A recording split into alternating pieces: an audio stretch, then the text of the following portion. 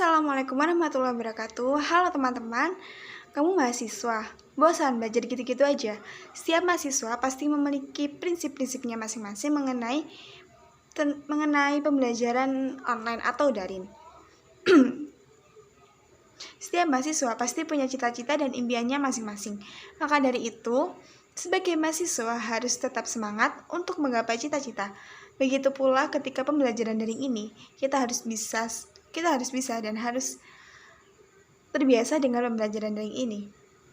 Tugas utama mahasiswa memang belajar, tapi belajar bukan hal yang monoton dan jangan jadikan belajar sebagai suatu hal yang membosankan. Masa kuliah memang masa yang sangat sulit. Mungkin membuat mahasiswa semakin kewalahan untuk belajar online. Supaya bisa memanfaatkan waktu semaksimal mungkin, maka ikuti pembelajarannya dengan baik. Sebagai mahasiswa, jangan jadikan daring menjadi boring ya. Berikut ini ada beberapa tips yang bisa kita lakukan.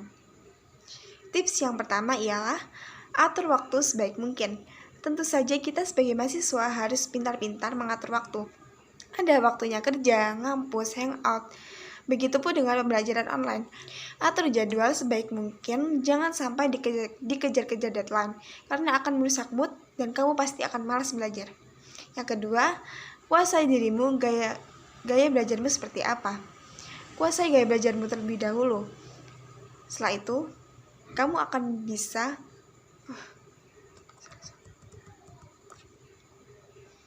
Yang kedua ialah kuasai gaya belajarmu. Pengenalan gaya belajar ini sangat penting karena akan membantu mahasiswa dalam belajar dan akan memudahkan mahasiswa dalam bagaimana caranya untuk memahami suatu pembelajaran. Yang ketiga ialah memilih lokasi belajar yang tepat, indoor ataupun outdoor.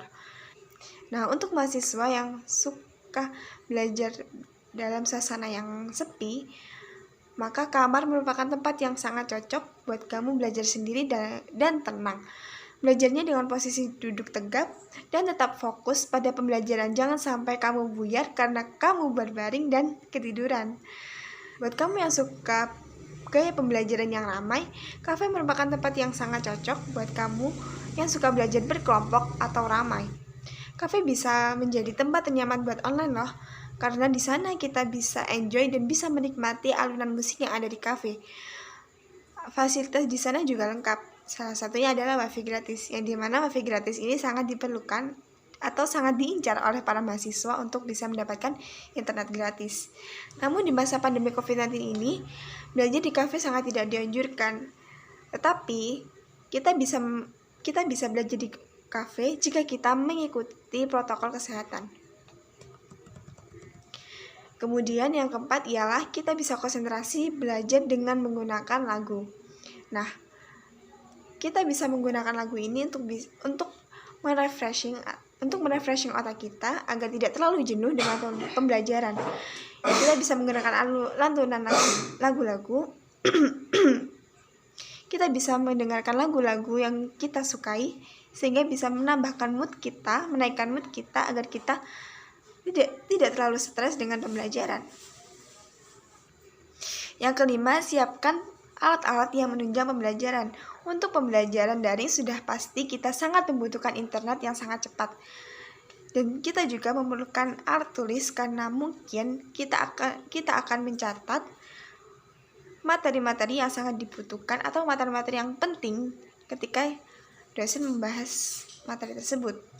Yang keenam, ialah tidak perlu berpikir berat.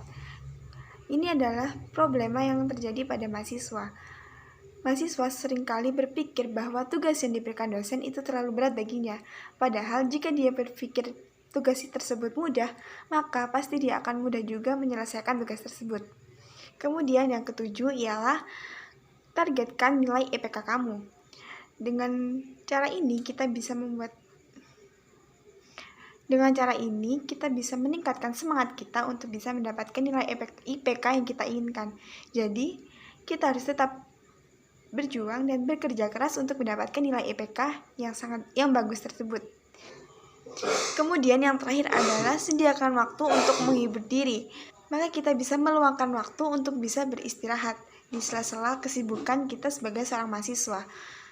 Seperti ketika kita belajar, atau ketika kita mengerjakan tugas, kita bisa menyempatkan waktu 10 sampai 20 menit untuk mengistirahatkan otak, sehingga kita tidak terlalu memfokuskan diri atau menargetkan diri untuk harus menyelesaikannya saat itu juga.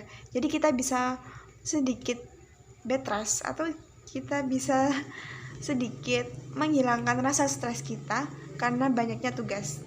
Sekian dari saya.